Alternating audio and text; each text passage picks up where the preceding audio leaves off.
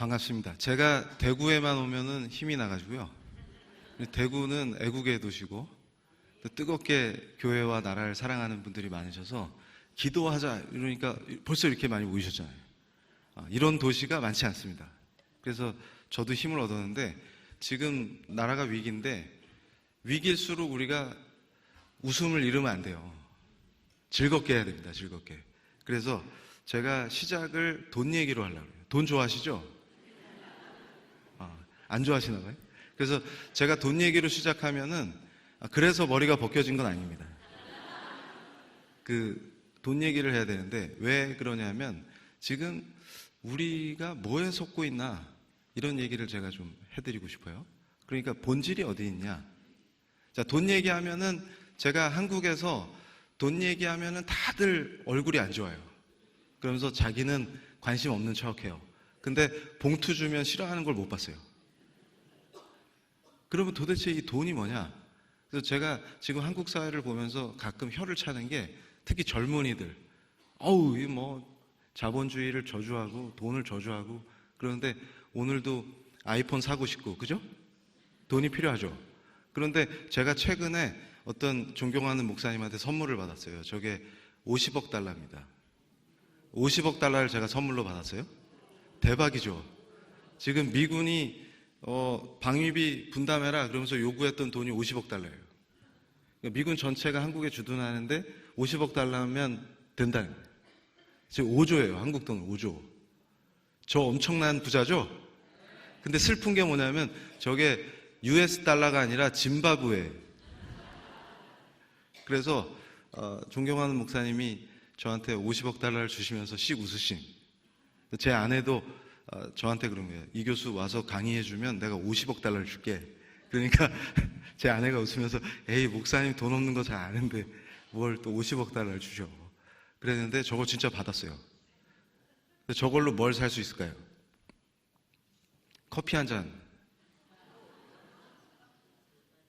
베네수엘라에 가서 뭐 하나 사려면 계란 하나 사려면 얼마나 돈을 많이 갖고 가야 돼요? 그래서 저는 깜짝 놀랐어요. 아니 나무에 돈이 막 걸려 있어요. 왜냐하면 돈이 가치가 없으니까 막 굴러다니는 거예요. 누가 집어가지도 않아요. 그거 집만 돼요. 집으면. 그런데 여러분 돈이 나무에 걸려 있는 것만큼 좋은 나라가 어디 있어요? 지상 천국이네. 아마 천국을 상상하면 막 돈이 나무에 걸려 있고 땅 파면 돈이 막 나오고 이러면은 엄청나게 좋은 나라 아니에요? 그래서 제가 그럽니다. 돈이 돈 같지 않게 된 나라가 되고 싶냐? 그 나라가 생지옥이다. 저랑 친한 분이 있어요. 언론인으로 유명한 분인데 오늘 이게 제가 공산주의에 대해서 확실하게 학습을 시켜드리려고. 고조 제가 과거에는 지하에서 좀 놀았습니다. 그래가지고 저랑 요즘 친한 선배님이 계신데 그분은 서울대 정치학과를 졸업하고 워낙 이 조국 같은 애들하고는 게임이 안 되는 분이에요. 그러니까 그 세계에서 진짜 이 정통 소련식 레닌, 스탈린 이런 거에 전문가신데 한국에서 열심히 그 지하에서 활동하시다가 지도위원이에요. 지도위원. 그러니까 앞에 나서는 애들을 뒤에서 지도해야 돼요.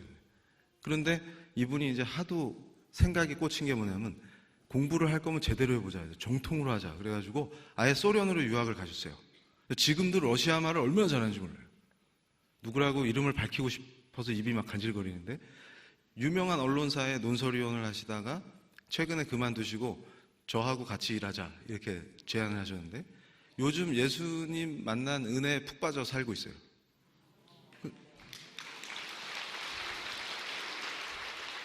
근데 그 양반이 소련에 가서 열심히 공부해갖고 박사학위를 받으려고 했는데 옛날에는 이렇게 노트북으로 논문을 쓰는 게 아니라 손으로 원고를 쓰잖아요. 근데 소련이 망했어요. 박사 논문을 완성할 때쯤 소련이 망했어. 그러니까 자기가 그렇게 좋아하고 대한민국이 갈 길이 이거라고 생각했는데 그 종주국이 망해버린 거예요. 그리고 이제 어떡해요? 근데 한국으로 바로 오려니까 쑥스럽죠. 한 짓이 있는데. 그래서 무슨 짓을 했냐면 한국에 못 오고 중동에 가서 전쟁터를 다니면서 종군 기자를 했어요. 그러면서 미군들하고 같이 다니면서 가장 위험한 지역에 들어가서 취재해가지고 그거를 로이터 통신에 파는 활동을 했어요. 그러다가 나중에 귀국해가지고 한국 언론사의 논설위원이 되셨는데 저한테 해줬던 얘기가 뭐냐면 이 교수 돈이 돈값을 하는 게 그런 동네가 정말 좋은 동네야. 지금 한국 사람들이 정신을 못 차리고 있어. 그러면서 저한테 했던 얘기 중에 제일 충격적인 얘기가 뭐였냐면 이렇게 막 두건 쓰고 무장하고 막 이런 그 이슬람 무장 세력들 있죠? 얘네들이 무서울 것 같아요? 아니면 우물가에 우리 권사님들 같은 주부들이 이렇게 모여 있으면 그게 무서울 것 같아요. 그래서 저도 당연히 무장 세력이 무섭지 그랬더니 아니라는 거예요. 미군들이랑 같이 다니면 무장 세력들이 안 건드리는데 방심하고 안악들이 우물가에 있길래 마음 편하게 딱 쉬고 있으면 짱돌로 찍고 카메라랑 다 가져간다. 그래서 무장 세력을 마주치면 별로 안 무서운데 미군들이랑 같이 있으니까 안악들을 만나면 제일 무섭다. 왜냐하면 군인들도 긴장을 풀고 이러면 짱돌이 날라오고. 그러니까 무슨 얘기냐면 그러다가 어떤 위급 상황 같은 데서 $100짜리를 딱 꺼내면 공격하려고 그러다 딱 멈추는 거야. 근데 $100도 의미가 없는 동네는 생지옥이다 그 말이에요. 생지옥이라. 그러니까 제가 정신 나간 우리 자칭 크리스찬 사회주의가 좋다고 떠들어대는 교회 안에도 깊숙이 침투해 있는 그 자들에게 참교육을 시켜주는 교수로 유명한데요. 왜냐하면 저는 항상 빛을 발하거든요. 그래서 애들을 기선제압하는. 정신 차려라 이러면서 기선제압할 때 제일 정신 못 차리는 것 중에 하나가 뭐냐면 돈 자체가 무슨 의미를 갖습니까? 그러니까 이 자들은 항상 문제를 삼는 게 뭐냐면 예를 들어서 돈이 어떤 성격을 갖고 있어요? 예를 들어서 제가 과거에 불교계 장학금으로 공부를 했거든요. 그러면은 장학금을 줬으니까 공부했을 거 아닙니까? 그 돈 아니에요? 우리가 헌금하면 그것이 귀하게 쓰이죠. 어려운 분들을 돕게 되고 또 저처럼 어려운 형편 때문에 공부하는데 어려웠던 친구들이 장학금도 받게 되고 여러 가지 혜택을 받게 되죠. 그래서 제가 서울에 아주 낙후된 동네에 가서 교회에 가서 특강을 하는데 사람들 표정이 밝아요. 예전에 제가 학생 때 그 동네는 정말 판자촌 같은 동네였는데 지금은 구별을 못 하겠어요. 그 동네에 가봤더니 그래서 제가 그랬어요. 개발되니까 나쁘죠? 그랬더니 다 웃어. 시장님이 그랬잖아요. 개발하는 게 나쁜 거라고. 골목길이 좀 좁아야 되고 판자촌이어야 되고 밤에는 조명도 없어가지고 여성이나 어린이들이 마음 놓고 다닐 수도 없고 너무 좋죠? 교회도 왜 이렇게 잘 지어놔요? 악이잖아요 이게 다. 악한 세력들이 이렇게 교회를 멋지게 꾸며놓잖아요. 천막 쳐놓고 거기서 땅 파먹고 있어야 되는데 제가 그럽니다. 이 악한 것들이 우리를 어떻게 속여먹느냐. 발전되는 게 왜 나쁩니까? 발전을 누리는 자들이 발전을 저주하죠. 그런데 잘 보세요. 돈 자체가 어떤 성격을 갖는 게 아니라 누가 문제예요? 저는 그럽니다. 예를 들어서 교회에 연약한 점이 보여요. 그러면 그거 들춰내서 교회를 없애버릴까요? 기업이 잘못합니다. 기업을 없애버릴까요? 너무 좋죠? 요새는 뭐까지 있어요? 남녀 차별을 하니까 남녀 구별을 없애지. 좋아요? 다 없애면 좋겠네. 그래서 제가 그럽니다. 생활 조건의 평등을 외치는 자들의 그 헛소리를 잘 봐라. 보세요. 생활 조건은 평등해질 수가 없어요. 다 다릅니다. 왜냐하면 사람이 각양각색 하나님께서 다 다르게 창조해 주셨기 때문에 다 달라요. 식성도 다르고 성격도 다르고 다 다릅니다. 근데 생활 조건을 어떻게 평등하게 해요? 할 수 있어요. 수용소에 들어가면 됩니다. 그래서 제가 정신 나간 청년들한테 그래요. 너네 생활 조건의 평등을 원하냐? 수용소 가라. 헤어스타일도 다 나처럼 되고 토익 공부 안 시킨다 거기. 취업하라고 누가 잔소리하는 사람 없다. 왜냐하면 눈 뜨면 노동을 해야 됩니다. 그래서 제가 그랬습니다. 예수님이 이 땅에 누구신지 알려지고 복음이 퍼지고 선교사들과 교회를 짓는 게 어떤 은혜인지를 가슴 깊이 다시 한번 되새기는 그런 시간이 돼야 돼요.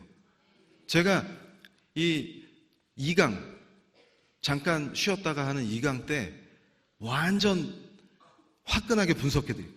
제가 우리가 속고 있는 것들을 보면서 깜짝깜짝 놀란 게, 지금 여기도 젊은이들 와 있는데 가끔 학생들이 그래요, 저한테. 기숙사에서 공동생활할 때 제일 힘든 게 뭐냐? 그러면 친구가 네 것 내 것 구별을 잘 못한대. 그러니까 지 물건을 자꾸 쓰니까 기분이 나쁜 거지. 형제끼리도 엄마가 옷을 예쁜 걸 새로 사줬는데 그거 입고 나가서 얼룩 만들어 오면 기분 나빠요, 안 나빠요? 형제인데도 그렇다고. 그런데 그 친구들이 저한테 뭐라 그러냐면, 교수님, 원래 사회주의는 교회랑 친하대요. 언제? 내가 뭘 잘못 알고 있나 보지? 그랬더니 그 친구는 초기 교회 때는 네 거 내 거가 없어서 너무 좋았대요. 그런데 교회가 썩어가지고 그런 정신을 잊어버리고 사회주의화 돼야 되는데 사회주의가 안 돼서 교회가 망하고 있어요. 그래서 제가 그랬어요. 야, 사회주의화 되면 교인이 다 죽는 거야. 에이, 그럴 리가 있어요. 그래서 제가 그랬습니다. 네 거 내 거 없는 게 그렇게 좋아? 그게 사랑이잖아요. 근데 너 왜 기숙사에서 힘들어하냐? 이 친구가 네 거 써서 힘들다며. 개인이 되게 중요하잖아. 네 개인이 중요하잖아. 요즘 학생들 개인이 중요하죠? 그래서 제가 그럽니다. 좀 더 세게 나가면 너 지갑에 얼마 있냐? 5만 원요. 제가 실제 해봤어요? 그거 나 다오. 그리고 애가 당황해요. 그걸 교수님이 왜 줘요? 야, 너도 교회 다니고 나도 교회 다니니까 여기서 초기 교회를 실현해보자, 우리가. 네 거 내 거가 없어서 좋다며. 그런데 네가 존경하는 예수님보다 막스가 위에 있어. 네가 사랑하고 존경하는 예수보다 더 사랑하는 그 막스가 필요에 의한 분배를 말씀하지 않았니? 젊은 너랑 가족 봉양해야 되는 나랑 누가 더 돈이 필요하겠냐? 여기서 필요에 의한 분배를 실현해보자. 그걸 날 다오. 그럼 절대 안 줍니다. 그리고 어쩌면은 신고할지도 몰라요. 교수가 내 돈을 갈취했다. 그 얘기는 뭐냐면 결국은 우리의 이중성, 연약한, 죄성, 이걸 파고드는 거예요. 그래서 제가 이 모든 현상들, 우리를 죽이려고 하는 이 모든 것들에 힘없이 당하는 이유가 있습니다. 왜냐하면 오늘 제가 분명히 말씀드리는데 대한민국이라는 나라는 그냥 세워진 게 아니에요. 하나님의 은혜로 세워졌습니다. 그리고 교회가 세웠어요. 분명한 역사가 있습니다. 근데 이걸 속이고 가려요. 그러니까 저는 어떤 생각을 갖고 있었냐면 대한민국은 교회가 세운 나라이기 때문에 교회가 망하면 대한민국도 망하게 돼 있어요. 제가 2강 때 오후에 미국 사람들이 남북전쟁 후에 미국이 건국한 지 한 70년쯤 됐을 때 피비린내 나는 전쟁을 했어요. 그리고 미국이 어떤 나라가 돼야 되는지를 그때 정리합니다. 그러니까 대한민국이 건국된 지 지금 한 70년 좀 넘었죠? 우리가 대한민국은 어떤 나라인지를 정리해야 되는 시점에 온 거예요. 그러니까 지금 물러서거나 우리 교회가 무너지거나 이렇게 되면 대한민국의 성격이 완전히 송두리째 바뀌는 시점인 거예요. 우리가 이 위기와 고난을 이겨내고 승리하면 앞으로 우리 젊은이들, 어린이들이 더 멋진 나라에서 사는 게 되는 거고, 링컨 대통령과 위대한 크리스찬 리더들이 미국에서 했던 거를 제가 소개해 드릴게요. 그걸로 살아난 거예요. 모든 게 회복되고. 그런데 여기서 핵심은 뭐냐면 그 당시 크리스찬들이 어떤 강렬한 믿음이 있었냐면 절대 주권자이신 하나님이 모든 것을 통치하신다는 걸 굳건하게 믿는 겁니다. 그러니까 우리가 잘났다고 까불고 우리가 만들어내고 우리가 구성하고 이런 게 아니라 전능하신 하나님의 절대 주권을 더 굳게 믿는 거예요. 그것이 어떻게 미국 역사와 정치를 바꿨는지 제가 기대되시죠? 보여드릴 거예요. 그리고 서독이 어떻게 미쳐 있었는지. 지금 상황을 보면 제가 연구를 하다 보면 서독의 70년대 상황이랑 많이 비슷해요. 근데 차이가 있어요. 서독에서는 좌파들조차도 정신을 차리고 자유를 지키지 않으면 다 죽는다 하고 중심을 잡았어요. 서독에 들어와 있던 동독 스파이들이 나중에 통일된 다음에 보니까 다 놀랬어요. 이렇게 많았다니.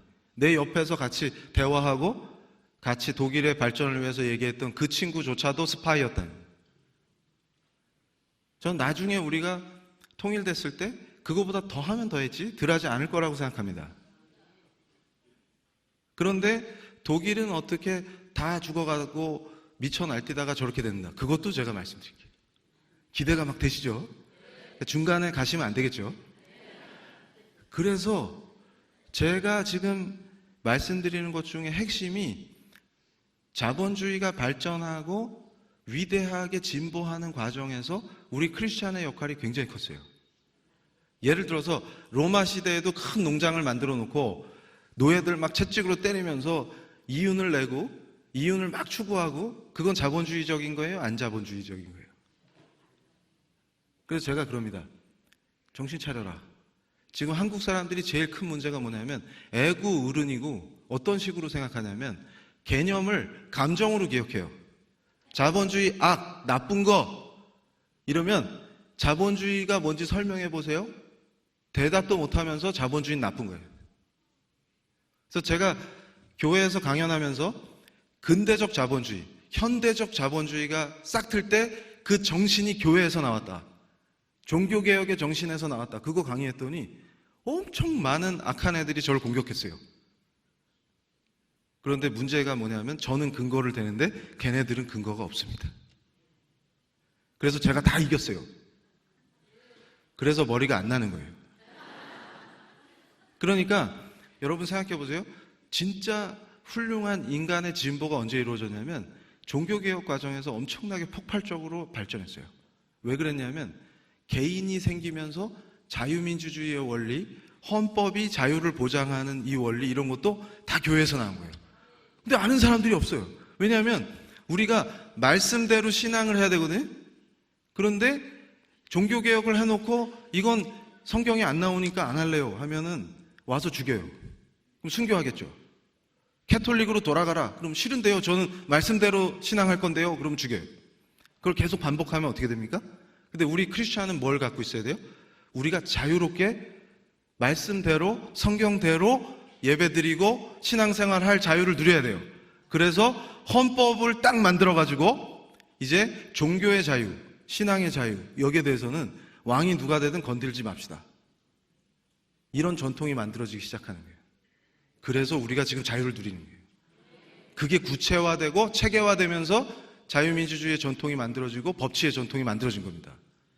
그걸 몰라. 그러니까 젊은이들이 교회가 왜 귀한지, 왜 소중한지를 잘 모르니까 소중한지 모르니까 지켜야 될 이유가 없는 거죠. 그러니까 자기 삶의 터전이 되는 자기 나라를 저주하고 자기의 모든 것 되시는 하나님을 제대로 배우고 신앙생활할 수 있는 교회를 저주하게 되고 그런 길로 가는 거예요. 그래서 제가 그럽니다. 정교조 선생들한테 아니 젊은이들한테 자기 나라를 저주하게 가르치면 자기 나라 역사를 저주하게 가르치면 미래가 있냐? 그럼 미래가 없어지면 당신은 어디서 살 거냐? 당신 애들은 어디서 키울 거냐? 그랬더니 좌파의 우두머리 자식들은 다 미국에 있어요. 걱정이 없어요. 걱정이. 우리 애들은 어떻게 할 거냐? 우리 애들은. 그래서 제가 그랬습니다. 맨날 미제국주의 악한 것들과 싸워야 된다고 얘기하는 선배 교수님한테 교수님 애들은 어디 있어요? 안 보이는데? 미국에 있지. 적을 알려고 파견했구만 애들을. 적을 알아야 이기니까. 이런 정신 나간 썩어 빠진 짓거리들을 왜 합니까? 이거 보세요. 자, 이게 우리 젊은이들을 많이 홀린 책이에요. 원숭이도 이해하는 자본론. 지금 저 저자가 아마 제 강의를 유튜브에서 보면 이 교수가 내 책 광고를 많이 해주네. 저게 과거에 운동권에서 한때 날렸던 사람이 마르크스 자본론을 제대로 읽으려면 굉장히 어려워요. 그러니까 저는 확신하건대 우리나라 좌파들 중에 제대로 저거 공부한 사람 몇 대일까? 별로 없어요. 사기치고 다니는 거지. 그런데 원숭이도 이해할 수 있다. 이래가지고 책을 썼어요. 그러니까 원숭이 수준만 되면 다 이해할 수 있게 써놨다 그 말이에요. 어려운 거를. 그래서 저걸 막 퍼뜨리는데 저기서 재밌는 게 하나 있어요. 2007년도부터 우리 권사님들 한번 찾아보세요. 인터넷에. 악한 자들이 한국이 가야 될 길은 미국도 아니고 독일도 아니고 영국도 아니고 베네수엘라다. 이런 놈들이 나타났어요. 그래서 원숭이도 이해하는 자본론이라는 책 마지막 장이 뭐냐면 민중이 주인되는 참 세상이 가능하냐? 우리 한국이 앞으로 어느 나라처럼 돼야 되느냐? 모델로 삼을 만한 나라가 어디 있느냐? 그랬더니 베네수엘라. 왜냐하면 그 당시에 미국과 싸우자, 반미를 앞세워서 공산 독재를 하는 독재자가 나타났거든요. 그래서 베네수엘라를 싹 장악하니까 너무 좋아하는 거예요. 그리고 뭐가 제일 좋아요? 돈을 퍼줘. 이유도 없이 퍼줘. 여러분 보십시오. 가난해서 진짜로 도움이 필요한 분들한테는 도움의 손길이 안 가서 자살하거나 굶어 죽고, 북한을 탈출해서 한국 땅에 온 모자가 굶어 죽은 거 보셨죠? 가슴이 얼마나 아픕니까? 그런 진짜 도움이 필요한 분들은 도움의 손길이 안 미쳐요. 그런데 엉뚱한 데서 쓸데없는 돈이 막 퍼지는 거예요. 그 돈은 어디서 나옵니까?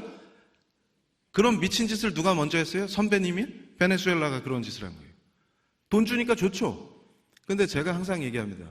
제 제자들한테도, 야, 학생이 카드 만들어서 쓸 때는 기분 좋은데, 쓸 땐 좋은데 여자친구랑 레스토랑 가서 근사하게 밥 먹고 교수도 헐 하는 그런 데 가서 밥 먹고 싹 그으면 좋은데 그건 갚아야 한다? 안 갚아도 되죠? 쓰면 반드시 갚아야 되죠? 그래서 제가 아내한테 항상 혼납니다. 돌아와요. 반드시 그날이 옵니다. 그럼 제가 그럽니다. 지금같이 막 퍼쓴 다음에 그 대책이 어떻게 될까요? 점점 한국 사회는 고령화되고 그 등골이 휘는 그걸 갚아야 되는 건 누구 몫일까요? 니들 몫이야. 지금 좋아 죽겠지. 신나 죽겠지. 무슨 수당, 청년들한테 뭘 줘요? 그래서 제가 그럽니다. 그걸 왜 주냐고. 그런데 제가 희망을 발견했어요. 저한테 배운 어떤 청년이, 크리스찬 청년이 회사에 들어가서 인사 파트에서 일을 하는데 후배가 입사를 했는데 중소기업 청년들한테 무작정 돈을 주는 그런 프로그램이 있어요. 미친 거죠, 한마디로. 근데 그걸 신청하지 말라고 설득한 거예요. 우린 도덕적이어야 한다. 이유 없이 돈을 받으면 거지다. 그래서 제가 엄청나게 감동을 받았어요. 그러니까 살 길은 이미 정해져 있다. 우리가 철저하게 신앙으로 개혁해야 돼요. 그러니까 제가 깜짝 놀란 게 교회 안에서 많은 사람들을 보면서 거죽은 교인인데 사고방식이 불교적이에요. 그래서 제가 이름을 붙여줬어요. 불독교. 그러니까 맨날 입만 열면 뭘 얘기하냐면 무소유 타령을, 무소유. 교회가 무소유를 해야 된대. 그래서 헐, 성철 스님 파냐? 법정 스님 파냐? 아니, 교회에 법정파가 나오면 돼요, 안 돼요? 기가 막힌 법정 스님파가 나타나서 교회에. 그리고 무소유를 떠들고 다녀요. 그러면서 은혜 받았대. 법정 스님도 무소유를 못했어요. 그래서 우리가 힘이 없어지는 게 뭐냐면, 원래 크리스찬은 세상 속으로 깊이 침투해가지고 끝까지 침투해가지고 세상을 뒤집어 놓는 게 우리인데, 반대로 산속에 들어가서 수행자가 되라고 가르치고 앉아있어요. 무소유를 하라고. 그러니까 어떻게 돼요? 수도원에 기어 들어갈 거면 여기 왜 왔어요? 성당으로 가지. 세상과 성스러운 것과 세속을 분리하는 썩어 빠진 신앙을 누가 가르칩니까? 세상에 물들지 말라 그랬지 세상에서 이탈해서 수행자 되라 그랬어요? 유교처럼 수행을 하재, 수양을 하재. 그래서 유독교. 그래서 제가 깜짝 놀랐어요. 분명히 교회 집사라고 그랬는데 대화하다 보면 삶과 죽음, 장래 등등 모든 생활 방식을 유교식으로 사고하고 있어요. 심지어는 직업관까지. 그래서 제가 그랬습니다. 자기가 정통 막시스트라고 주장하는 교수하고 대화할 때 그걸 느꼈어요. 당신 막시스트지. 막스가 유교를 좋아하겠어요? 안 좋아하겠어요? 유교 본거는 박살을 내야지. 마오쩌둥한테 걸리면 다 죽는 거예요. 그런데 그 사람하고 대화를 나누는데 자기 자녀와 자기 학생들에 대한 직업관을 나누는데 전혀 막스적이지가 않고 산농공상이야.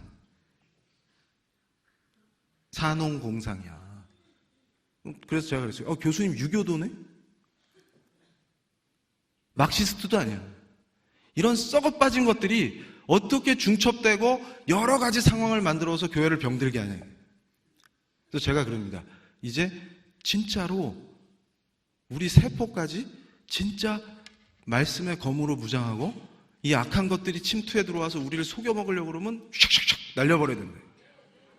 그래서 제가 여러분 한때 다 문학소녀셨잖아요. 아닌가 봐.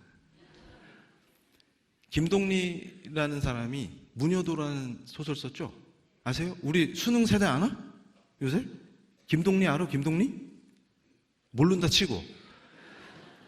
거기 핵심이 뭐예요? 무당 엄마랑 전도사 아들이 대결을 벌여요. 저는 그 작품을 보면 무슨 생각이 나냐면 기독교가 처음 전래됐을 때 한국에서 벌어졌을 영적 전쟁의 모습이 그대로 문학 작품 속에 등장하는 거예요. 그러니까 저는 여기서 분명히 말씀드리는 게 무당 푸닥거리하는 무속신앙하고 기독교는 같이 존재할 수 없습니다. 근데 공산주의와 우리 교회도 같이 존재할 수가 없어요. 근데 이걸 흐트러 놓고 막 섞일 수 있어. 평화야. 이런 미친 푸닥거리를 하면 다 죽는다 그 말이에요. 그런데 무당 엄마랑 전도사 아들이 대결을 벌였는데 결론이 비극인데 엄마가 아들을 칼로 죽이죠. 무당이 전도사를 죽여요. 그러고 나서 지도 물귀신 위에서 굿하다가 물에 빠져 죽어요. 비극적 결말인데 저는 그거보다 더 비극적인 얘기를 해드릴게요. 영적으로 충돌하고 말씀으로 무장한 날선 검과 같이 우리가 휙휙 번뜩거리면서 악한 것들, 우리의 신앙을 좀먹는 것들, 자꾸 타협하게 만드는 유혹들 이런 걸 다 쳐내야 되는데 평화다 이러면서 우리의 무녀도는 이상한 방향으로 가서 무당과 전도사가 화해를 해. 그러고서 전도사와 무당이 구분 안 되는 신앙생활을 하기 시작하는 거예요. 그럼 어떻게 돼요? 뭘 어떻게 돼? 다 죽는 거지. 그러니까 무당하고 전도사가 화해가 가능하면 공산당하고 교회도 화해가 가능해요? 그러면 여러분이 저한테 그러겠죠. 교수님 사랑과 평화인데요? 그래서 제가 오늘 확실히 보여드릴게요. 자, 보세요. 자, 저렇게 해서 베네수엘라로 갑시다 하던 자들이 지금 권력을 잡은 거예요. 나라 꼴이 어떻게 될까요? 기대해도 좋아요. 벌써 막 이미 기대를 충족시키고 있잖아요. 그래서 이거 보세요. 자, 도대체 왜 이렇게 망조가 드느냐라고 할 때 교회 안에서 성경의 언어로 하나님을 대적하게 만드는 것들이 판을 치기 시작했다는 거예요. 그러니까 뭐랑 똑같으냐면 이단하고 구조가 똑같아요. 신천지가 교회를 파고들어서 교회의 일부를 장악하면 항상 분란을 일으키고 교회를 망치죠. 똑같은 원리예요. 그러니까 제가 보면은 뭔가 악한 놈들, 그러니까 독일에서도 여러분 우리가 80년대에 우리 대한항공기가 격추된 적 있었죠. 지금 우크라이나 비행기가 이란 애들 때문에 격추된 것처럼 격추돼가지고 귀한 생명들을 잃었단 말이에요. 그때 맨날 평화 타령하던 독일 공산당 놈들이 서독에서 살고 있는 놈들이 소련 비판한 적이 없어요. 지금도 보세요. 한국에서 이란 사람 죽었다고 또 걔네들 하는 게 제일 잘하는 게 뭐예요? 장례식 전문가죠, 걔들. 그런 짓거리 하고 있어요. 그러면 거기 희생된 비행기 탄 사람들은 어떻게 할 건데? 그러니까 제가 말씀드립니다. 정신 차리자. 뭐냐면 사랑과 용서, 평화에 대해서도 오늘 제가 또 정확하게 말씀을 드릴게요. 저거 보세요. 뭐가 문제냐면 교회에 파고들어서 교회와 사회주의가 함께 할 수 있다라고 가르치는 놈들의 특징이 뭐냐면 예수님을 바꿉니다. 제가 희망이 있는 게 대구에 이런 동신교회 같은 좋은 교회가 있고 담임 목사님 같이 훌륭한 목사님 계셔서 너무 안심이 돼요. 제대로 된 신앙을 배워요. 제대로 된. 그래가지고 제가 어떤 젊은이들한테 악한 거 가르치는 자칭 목사에게 메시지로 보냈어요. 대구 동신교회에 등록해서 신앙생활을 하시기 바랍니다. 진짜로. 그러면서 젊은이들한테 쓸데없는 거 가르치고 맨날 이종훈 교수 욕하고 돌아다니더니 목사도 아니구나. 신학은 했는데 유명한 사람이 저쪽 좌파에서 불륜으로 사라졌어요. 제가 이제 본격적인 논쟁을 시작해야지 그러면서 그 친구가 뭐 하고 다니냐면 교회 안 나가도 돼 운동하고 다니. 크리스찬이 각자 자기 신앙하고 좌파 정치 투쟁에만 열심히 참여하면 되고 동성애 지지하고 이슬람 지지하면 되지 굳이 교회 안 나가도 돼. 그런 거 하고 다니다가 온갖 목사님들 비방을 하고 다니는데 그 와중에 지는 불륜을 하고 있었대. 맨날 이종훈 교수 욕하고. 그러더니 제가 이제 본격적으로 한번 붙어봐 이러고 딱 나오면서 제가 그랬어요. 대구 동신교회 가서 등록해서 너도 다녀라. 순진한 사람들 꼬드겨서 교회 나가려고 하는 애들 등록 못하게 하지 말고 니나 가서 등록해서 제대로 된 신앙을 좀 배워라. 그랬더니 그 친구 혹시 등록하면 받아주십시오. 이런 게 사랑이에요. 불륜도 용서해주고 회개하면 받아줘야 돼요. 그런데 제가 그래서 계속 기도했던 게 뭐냐면 그분을 두고 저분이랑 같이 간증하게 해주세요. 다 무너진 다음에 역시 우리 예수님밖에 없어. 그거를 뜨겁게 간증하고 자기가 그동안 많은 사람들을 지만 죽으면 그것도 비극인데 많은 사람을 얽어매서 같이 죽자고 했던 그거를 철저하게 회개하는 거를 보고 싶은 거예요. 그럼 그도 사는 거죠. 그게 사랑이에요. 그게 공산주의 해도 된다고 하고 다니는 걸 받아주는 게 사랑이 아니라 그게 사랑이라고요. 그래서 제가 얘기하는 거예요. 동성애, 난민 이런 거 난민 맞아요? 난민이라는 단어가 프레임이지. 난민인지 확인이 돼야 난민이지. 난민을 신청하면 난민이에요? 테러리스트하고 난민하고 구분할 수 있어요? 우리나라 공무원은 특별한 투시력을 갖고 있어서 탁 보면 알죠? 폭도 알겠다. 신청만 해도 돈을 퍼줘요? 왜요? 난민이 브로커한테 돈 내고 취업하겠다고 제주도에 올 수 있어요? 난민이 브로커한테 돈 줄 돈이 있나 봐요? 저보다 현금이 많던데? 저도 난민이에요? 이게 무슨 짓거리입니까? 그게 사랑이에요? 정신을 차려야 됩니다. 근데 이런 일들이 왜 벌어졌는지 제가 설명해 드릴게요. 자, 우리 젊은이들 특별히 똑똑해 보세요. 김질락이라는 자가 있습니다. 저 사람이 통역당 사건으로 사형을 당했어요. 근데 사형 집행 전에 감옥에 있으면서 쓴 옥중수기가 있습니다. 거기에 나오는 얘기예요. 제가 그래서 교회 안에서 설교하면서 신용보기를 존경한다 이렇게 얘기하면 못 참습니다. 그래서 제가 엄청 비판한 거 아시죠? 도대체 우리 교회 안에 왜 그렇게 빨간 애들이 많이 침투해 있느냐? 어쩌다 이 지경이 됐느냐? 조직적으로 침투시켰다는 거예요. 조직적으로. 그러니까 신용보기가 누굽니까? 북한이 교환하고 싶어하는 강력한 주체사상 신봉자죠. 그리고 서울대 경제학과를 졸업하고 숙명여대에서 강사할 때 본인이 이거는 누가 지어낸 게 아니라 본인이 인정했잖아요. 자기가 자유주의 경제학자인 척하고서 학생들한테 계급 이론이랑 공산주의 혁명 이론을 많이 퍼뜨렸다. 자랑처럼 얘기하잖아요. 그리고 뭐라 그래요? CCC에 조직원을 침투시켜서 접수하는 거. 이런 방법을 얘기하잖아요. 김질락이가 뭐라고 증언합니까? 신용보기는 너무 탁월하게 기존의 기독교 청년단체, 기독교 단체에 공산당 조직원을 침투시키는데 손바닥 뒤집는 것처럼 쉽게 잘하더라는 거예요. 저분은 죽는 순간까지도 전향하지 않았습니다. 저분이 붓글씨도 잘 써요. 그래서 우리 크리스찬은 소주를 안 먹으니까 처음처럼 하시 처음처럼 전 국민을 술독에 빠뜨리고 처음처럼 그 글씨 쓴 자가 신용복이에요. 그리고 저분이 좋아하는 거 어깨동무, 함께 뭐 이런 거 더불어 이런 거 좋아하시는 거예요. 그래서 제가 제일 싫어하는 게 김일성이를 우상화시킬 때 김일성 자서전 제목이 뭐예요? 세기와 더불어. 그래서 저는 항상 그렇게 읽습니다. 더 불어. 그래서 지 손자가 체중이 계속 불어요. 근데 언제 터지나 저희 기대하고 있어요.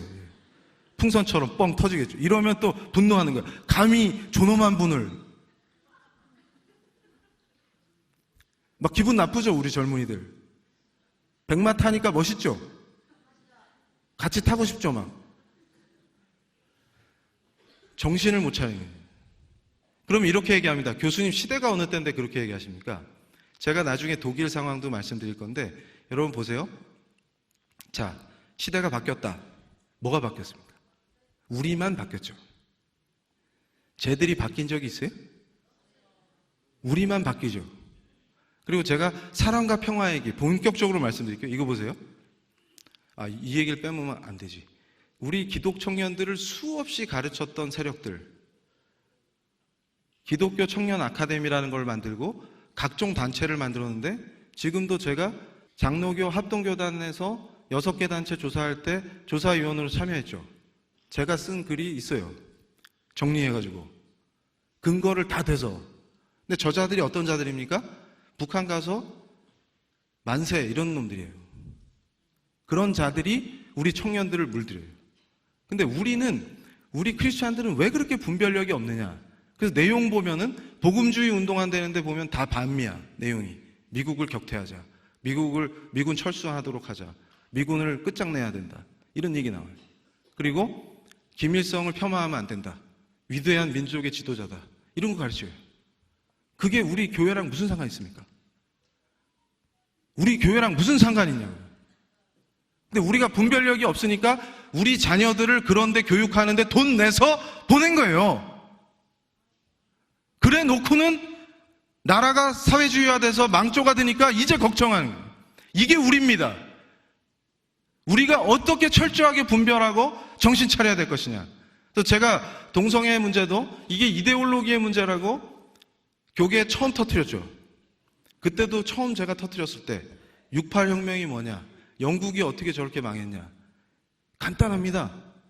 크리스찬의 입을 막으면 돼요. 지금 그 위기가 다가오고 있다는 거예요. 못 막을 수도 있어요. 저는 각오하고 있습니다. 뭐냐면 이제 강단의 자유도 뺏기는 거예요. 혐오 표현이다 해서 말을 못하게 입을 막아버리는 거예요. 그러면 멍청한 크리스찬, 자칭 크리스찬이면 그렇게 멍청할 수가 없어요. 자칭 크리스찬인 자들이 저한테 그래요. 교수님 불쌍하잖아요. 그래서 누가? 네가 불쌍하네. 누가 불쌍한데? 동성애자들이 불쌍하잖아요. 불쌍하지. 그래서 내가 동성애 하시는 분들을 탄압하자고 한 적이 있습니까? 우리나라에서는 동성애 하면 잡혀가요? 윤석열 검사가 체포해요? 동성애 하면? 그래서 제가 그럽니다. 정신 차려라. 내가 얘기하는 건 뭐냐면 동성애, 이슬람 이런 것들에 대해서 비판하는 것 자체를 금지시키니까. 그럼 어떻게 돼요? 우리가 신학적으로 우리 동신교회 담임 목사님처럼 훌륭하신 신학자가 신학적으로 그분들을 도우려고 해도 도우려고 하는 것 자체가 죄가 된다 그 말이에요. 왜냐하면 그분들한테는 거기서 벗어나라고 신학적인 도움을 주는 것 자체가 그분들을 혐오하고 차별하는 게 되기 때문에, 그러면 의사가 도와주려고 해도 거기서 벗어나세요라고 의학적인 도움을 주려고 해도 죄가 되고, 저 같은 크리스찬 교수가 하나님 말씀에 죄라고 써 있습니다 이렇게 선포하면 제가 죄인이 되는 거고. 이해가 되세요? 그래서 지금 어떤 일들이 벌어지고 있어요? 제가 한국에 처음 알려줬죠. 영국에서 잘 믿는 크리스찬 의사가 환자가 왔는데 시험을 이렇게 기르고 온 거예요. 최근에 제가 시험 깎았어요. 하도 나이 들어 보인다고 그래가지고. 시험을 이렇게 기른 사람이 와서 자기를 여자로 불러달라는 거예요. 당신은 어떻게 여자라고 불러줍니까? 수염이 난 중년 남자한테. 그랬더니 이분이 고발을 해가지고 해고당했어요. 그리고 왜냐하면 혐오했거든, 이 사람을. 그리고 캐나다 밴쿠버에서 목사님이 거리에서 전도만 했다는 이유로, 그 동네가 동성애자 밀집 지역이거든요. 아니, 그래서 제가 유튜브로 그 목사님이 발언한 걸 다 봤어요. 그랬더니 동성애는 나쁘다 이런 말 하지도 않았어요. 뭐만 얘기했냐면 예수님은 당신들을 기다리고 있다. 다시 돌아가야 된다. 예수님 품으로 가야 한다. 그거를 반복해서 거리 설교를 하고 있는데 경찰이 와서 오히려 그 목사님을 위협하고 욕하고 한 사람들은 그 동네 사람들이에요. 근데 와서 경찰이 왔는데 누구한테 수갑을 채웠겠어요? 목사님한테 수갑을 채워요. 그게 자유국가입니까? 그래서 제가 그랬어요. 오랫동안 자유를 지키고 자유의 나라를 발전시켰던 기독교 국가들이 저렇게 허무하게 무너져서 선교의 자유를 빼앗기고 내가 외칠 수 있는 강단의 자유를 빼앗기고 그게 뭐예요? 크리스찬의 표현의 자유와 종교의 자유를 빼앗기는 것에 왜 동의하느냐? 그게 뭔지 아세요? 나는 점잖거든. 그래서 반대할 시간도 없고 반대할 필요가 없거든. 그러다가 그 꼴이 났다는 겁니다. 우리나라도 곧 그런 나라가 됐으면 좋겠죠? 그런데 제가 분명히 말씀드리는 건 뭐냐면 캐나다한테는 왼쪽에 중국 공산당이 진치고 있지도 않고 핵으로 무장한 적이 머리 위에 있지도 않습니다. 영국은 교회가 망하고 이상한 나라로 미쳐가고 있지만 회복될 기회가라도 있어요. 대한민국은 어떻게 됩니까? 적들로 사방이 적이잖아요. 그래서 제가 충격을 받았어요. 대학에서 학생들이랑 토론하다가 북한이 핵을 갖고 있으니까 좋대요. Why? 그랬더니 통일되면 우리 거잖아요. 그래서 제가 그랬어요. 누가 더 준대? 그런 정신 나간 생각을 갖고 있어요. 막연히 통일하면 좋을 것 같습니까? 어떨 것 같아요? 그래서 이거 보여주세요. 그래서 제가 지난번에 여름에도 대구에 와가지고 우리 권사님들, 대구 전체 권사님들 막 모이셨을 때 제가 강력하게 선포한 게 있어요. 대한민국은 그냥 세워지지 않습니다. 여러분, 제가 조선의 첫 간호사들 저 얘기를 전국을 방방곡곡을 다니면서 얘기할 때마다 은혜를 받아요. 그리고 젊은이들이 정신을 차립니다. 특히 우리 여학생들. 여러분, 제가 깜짝 놀랐어요. 영국과 캐나다에서 여성들이 캐나다를 저주하는 거예요. 그래서 저보다 외모는 안 되지만 캐나다에도 저랑 비슷한 교수가 나타났어요. 조단 피터슨 교수라고. 그래서 그분이 이름이 피터슨, 이름을 잘못 적었고 피 터지게 싸우고 있어요. 이 사람이 사회심리학자인데 젠더 이거 실제로 인간 심리에서 그런 거 과학적으로 일어나지 않는다. 다 허구인데 이게 완전 이데올로기다. 이랬다가 캐나다의 유명한 대학에서 쫓겨날 뻔했어요. 그래서 그 교수를 쫓아내려고 온갖 애들이 나타나가지고 저 교수 나치다. 나치처럼 동성애자를 미워한다. 쫓아내라. 이랬는데 그 교수님이 강의 못하게 하는 니들이 나치다. 교수가 연구한 거 책으로 못 쓰게 하는 니들이 나치다. 나치가 옛날에 건강한 목사님들이 나치 반대하면 잡아서 감옥에 넣고 책 못 쓰게 하고 강연 못 하게 했다. 니들이 그거는 지금. 그래서 제가 얘기합니다. 뭐냐면 조단 피터슨 교수가 피 터지게 얘기하는 게 지금 캐나다 여성처럼 복받은 여성을 다른 이슬람 지역 같은 데서 한번 찾아봐라. 니네들이 누리는 자유와 평등을 여러분, 제가 깜짝 놀랐어요. 아프가니스탄에서 탈레반이 집권할 때 여성들이 얼마나 고통을 당했어요. 이란에서 지금도 여성들이 얼마나 고통을 당합니까? 탈레반 치하에서 이슬람 극단주의자들 치하에서 여학생들한테 글 가르치다가 강간당하고 살해당한 여교사 얘기를 보고도 무엇이 인권입니까 도대체? 무엇이 인권입니까? 그 여교사가 그랬어요. 뭐라고 외쳤냐면 나는 너희들이 살해 협박을 해도 죽는 그 순간까지 아이들을 가르칠 것이다. 왜냐하면 여성들이 공부를 하고 글을 알아야만 그 악한 이슬람에 저항할 수 있기 때문입니다. 법을 근본부터 뜯어고치고 복음이 전해지고 교회가 세워지고 예수가 전해진다는 그 은혜가 얼마나 큰 것인지를 누리고 있는 자들이 모르기 때문에 그것을 저주하는 것입니다. 그 캐나다 여성들이 캐나다를 저주하고 캐나다 교회를 저주하고 교회가 우리를 억압한다 이렇게 저주할 때 뭐라고 얘기하는지 아십니까? 어린 여학생들을 가르쳤다는 이유만으로 성폭행당하고 살해당하는 그 교사에 대해서는 일체 이런 반구도 언급해서는 안 됩니다. 왠지 아세요? 그게 인권이에요. 이슬람을 혐오하는 발언을 해서는 안 되기 때문에 이슬람 세계에서 지금 무슨 일이 일어나는지 여성들이 얼마나 처참하게 당하고 있는지 이란 출신 미인 대회 나왔던 여자분이 왜 고국에 못 들어가고 망명을 합니까? 왜 공주가 자유를 찾아서 서방 세계로 도망치려고 목숨을 건 탈출을 합니까? 그런 거에 대해서 인권 침해니까 얘기하지 말고 여성들의 인권에 대해서 발표도 하지 말라고 하는 게 인권입니까? 자유를 찾아서 우리 땅에 온 북한 동포들을 강제로 북송해서 죽음에 이르게 하는 그것이 인권입니까? 가난한 사람들이 먹을 것이 없어서 굶어 죽는데 청년들에게 100만 원, 200만 원 이유도 없이 돈을 퍼주는 것이 평등입니까?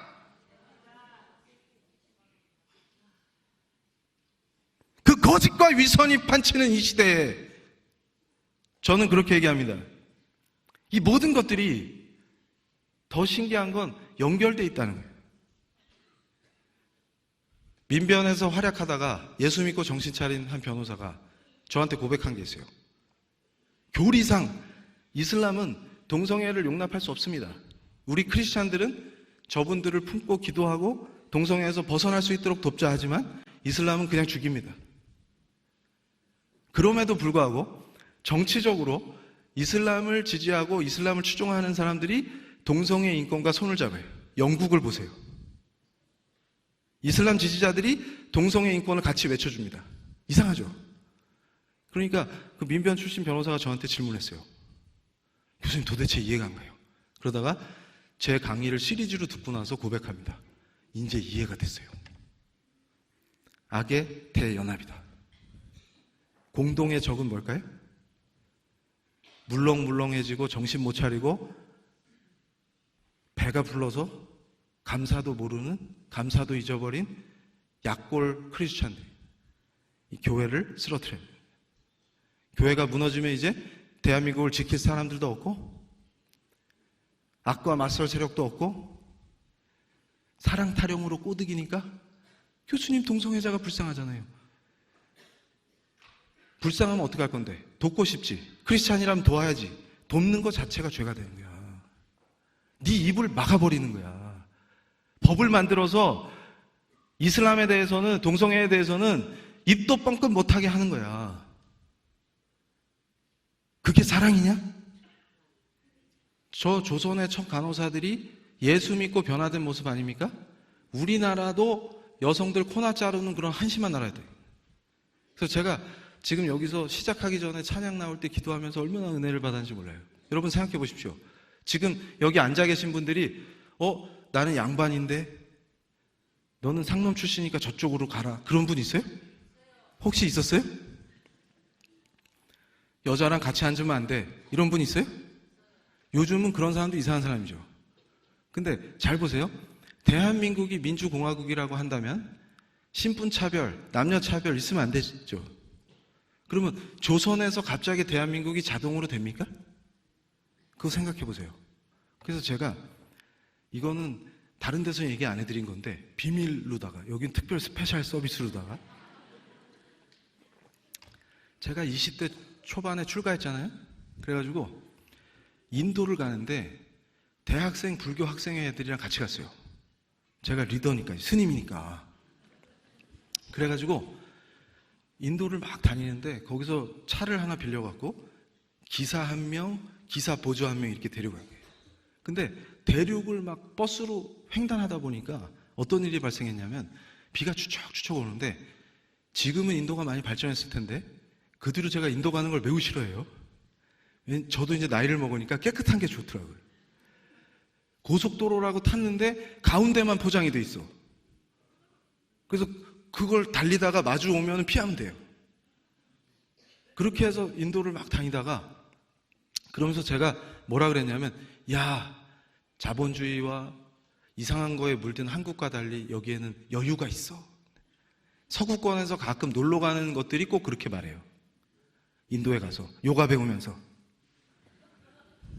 여유가 있어. 여기는 시공간의 개념이 달라. 그럼 멋있어 보이죠. 나마스테 이러면서. 그럼 제가 뭐라 그러겠어요? 닥쳐라. 그 삶 속으로 들어가면 네가 5일 버틸 수 있을 거 아니야? 북한 찬양하는 놈들 보내면 며칠 건들 것 같아요? 도착하면서 벌써 엄마 나 돌아갈래. 왜냐면 공항에 내리는 순간 분위기 다르거든. 인도에서 살아볼래 너? 인도인으로 살아볼래?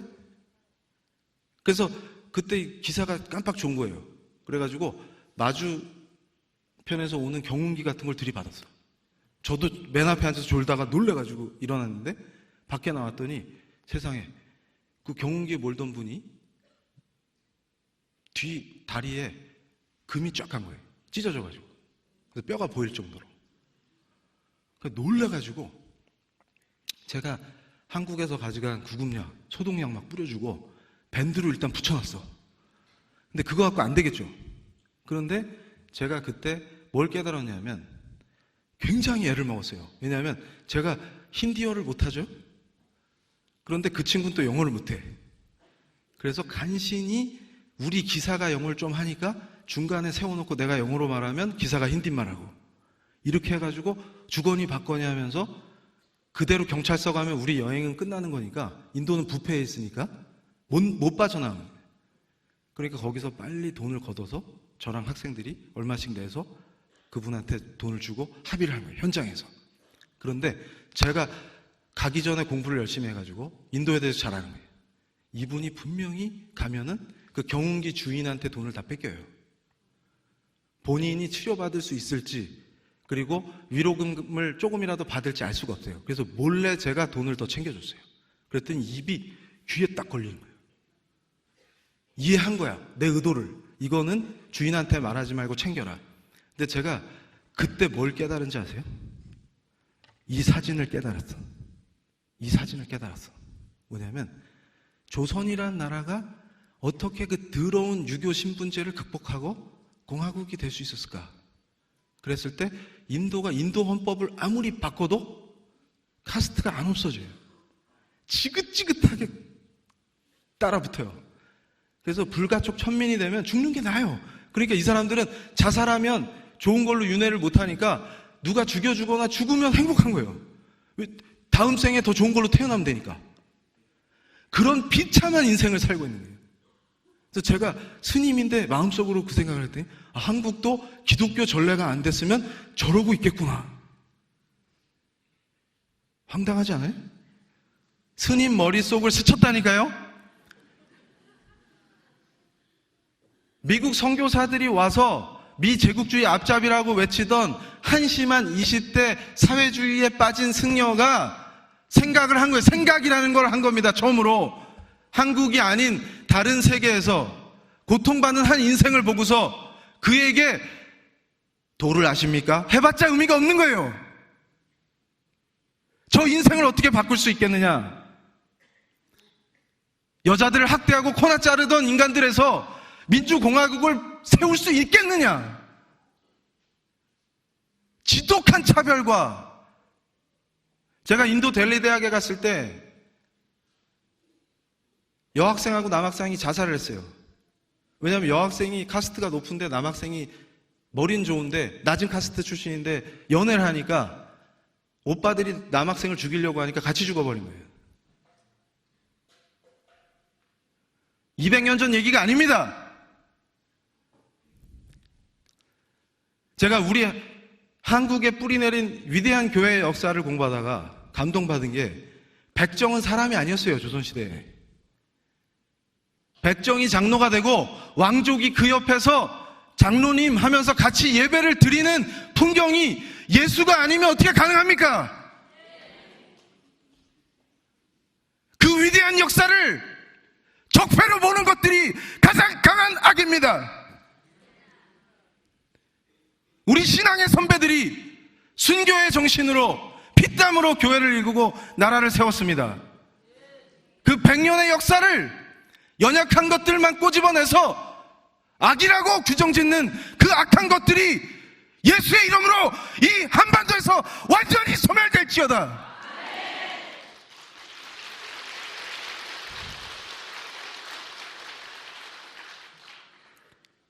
이화여대에서 학생들을 어떻게 모았습니까? 제가 이대에서 특강할 때 눈물로 외쳤어요.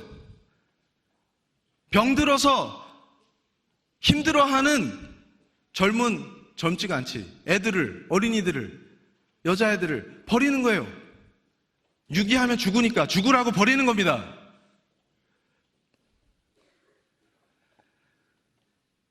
의료 선교사들이 스크랜턴 선교사의 아들 내외가 다 의사예요. 이 아이들을 데려다가 정성껏 치료해서 변화된, 살아나면 얘들이 입학생으로 입학을 했어요. 그게 이화여대의 역사입니다.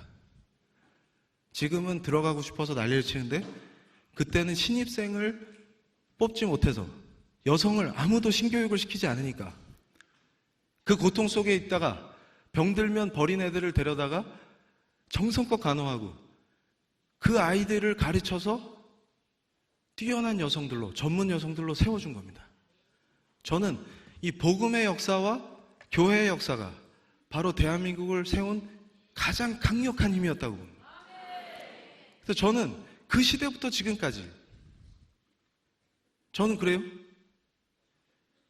미국과 영국의 학자들하고 논쟁할 때도 그 얘기했습니다. 법과 정치가 중립을 지키는 게 중요한 게 아니라 진짜 인권을 원한다면 미국의 몇몇 단체들이 인도 여성들이 하도 억압을 당하고 착취를 당하고 지참금 조금 갖고 왔다고 시어머니가 불에 태워 죽이기도 해요. 그런데 이분들이 왜 그 지옥을 못 벗어나시는지 압니까? 역량이 없는 거예요. 혼자 자립할 힘이 없어요. 왜냐하면 사회 자체가 여성이 혼자 독립적으로 일할 수 있는 사회가 아닙니다. 그래서 제가 그래요. 몇몇 시민단체가 가서 그분들이 이혼할 수 있도록 법률 지원해주고 보호해서 봉제 기술이나 몇 가지 기술을 가르쳐서 독립시켜주면 천국을 맛본다, 이런 얘기하면 제가 그럽니다. 니들이 몇 명 구했냐? 인도에 복음을 전하면, 예수 믿고 변화되면 며느리가 돈 조금 갖고 왔다고 불 지르는 시어머니가 회개를 하고, 인도 남자들이 회개를 하고, 헌법으로 보장된, 글자로 보장된 권리가 아니라 현실적인 살아있는 권리로 누릴 수가 있다. 인도가 기독교를 받아들여야 한다. 선교사들이 많이 들어가서 교회를 세우고 그 사람들을 깨워야 한다. 예수만이 살 길이라는 걸 배우면 변화된다. 대한민국도 그렇게 해서 바뀌었다. 헌법을 아무리 잘 만들어도 인간이 그 법을 감당할 수 없는 수준에 있으면 그 국가는 저급한 국가가 될 수밖에 없다. 지금 대한민국이 왜 속아서 저급한 국가로 전락하고 있습니까? 지금 이제 베네수엘라의 길로 가고 있습니까? 정의를 외쳤지만 정의가 뭔지도 모르고, 공정을 외쳤지만 어떤 게 공정한지도 관심도 없는 머저리들이 쉽게 선동당하고 쉽게 속아서 공정이란 말에 좋아서, 제가 깜짝 놀랐어요. 공정 타령하는 사람한테 공정이 뭐라고 생각하십니까? 그건 모르죠. 다 같이 굶으면 공정합니까? 그럼 수용소가 제일 공정해요. 저같이 식탐이 많은 자에게도 200g, 단식을 좋아하는 사람도 200g. 저는 그럽니다. 생활 조건의 평등은 존재할 수도 없지만 그것이 이루어지는 그곳이 바로 지옥이다. 선택할 수 있는 자유가 있고. 그래서 제가 그걸 깨달았어요. 나중에 과거에 헛짓했던 것들이 파도처럼 밀려오면서 주님 앞에 무릎을 꿇고 회개할 때 어떤 감동이 밀려왔냐면, 심지어는 주님을 대적했던 그 순간도, 그리고 가난했던 청소년 시절도, 공부하던 순간에도, 연구하던 순간에도 은혜는 평등하다. 심지어는 교회 안에서 만난 사랑하는 교우들을 보면서 어떤 분은 가난하지만, 어떤 분은 부하지만, 어떤 분은 지금 병상에 있지만 다 각자 각양각색의 모습으로 때로는 어렵고 때로는 즐겁고 때로는 기쁘고 때로는 슬프지만 사랑하는 사람을 잃었을 때도 그것을 극복하는 과정에서 더 큰 은혜를 부어주신 하나님을 체험하고, 모든 조건과 상황이 다르지만 은혜와 사랑이, 예수님의 은혜와 사랑은 항상 일정하게 강력하게 부어지고 있구나. 그 사랑을 갈망하는 사람들이 현실에서 생활 조건의 평등을 외치면서 악한 세력의 편을 들고 그곳에 가서 서 있고 교회의 문을 열어줘서 악을 창궐하도록 교회를, 그 담벼락을 허무는 짓에 앞장서는 것을 눈뜨고 보고 있을 수 없는 것입니다. 오늘 이 시간에 우리가 기도할 때 손양원 목사님이 두 아들을 공산당 손에 순교하도록 그 고통을 겪으면서도 그 가해자 공산당 청년을 양아들로 삼을 수 있었던 그 강력한 사랑이 바로 우리의 사랑입니다. 그런데 우리가 착각하는 게 있어요. 그 사랑을 잘못 배웠다. 중요한 거는 여러분, 두 아들을 앗아간 악한 공산당 청년이 총을 들고 왔을 때, 예수님이 왼쪽 밤 때리면 오른쪽 밤도 되라 그랬지. 아들은 다 죽였으니까 딸은 저기 있습니다 하고 갖다 줘서 죽이라고 하는 게 사랑이 아니라 그건 머저리입니다. 분별력 자체가 없는 거예요. 손양원 목사님 같은 위대한 크리스찬이 있었기 때문에 그분의 순교의 피로 교회가 반석 위에 서고 대한민국이 세워진 겁니다. 그것으로 인해서 철저하게 같이 놀던 친구를 이념이라는 이유 때문에 총으로 쏴 죽일 수 있는 그런 위험한 청년을 키워내는 게 공산주의구나. 손 목사님 친구 목사님 댁에서 그 아들을 죽이려고 두리번거리던 그 공산당 청년이 못 찾고 갔어요. 사랑으로 내 아들 저 뒷뜰에 숨었네 가르쳐주는 게 사랑입니까? 그 청년을 보호해서 살려서 나중에 교회의 일꾼으로 나라의 일꾼으로 세우는 게 사랑입니까? 젊을 때 한때 잘못된 이념에 빠져서 함께 뛰어놀고 함께 밥 먹고 놀던 친구를 예수 잘 믿는다는 이유만으로 총으로 쏴 죽이는 그 흉악한 청년이 손양원 목사님의 사랑에 녹아서 복음을 전해받는 것이 사랑입니까? 아니면 크리스찬을 이유도 없이 죽이는 자들을 초청해서 담장을 허물고 우리의 모든 것을 내주고 학살당하는 것이 사랑입니까?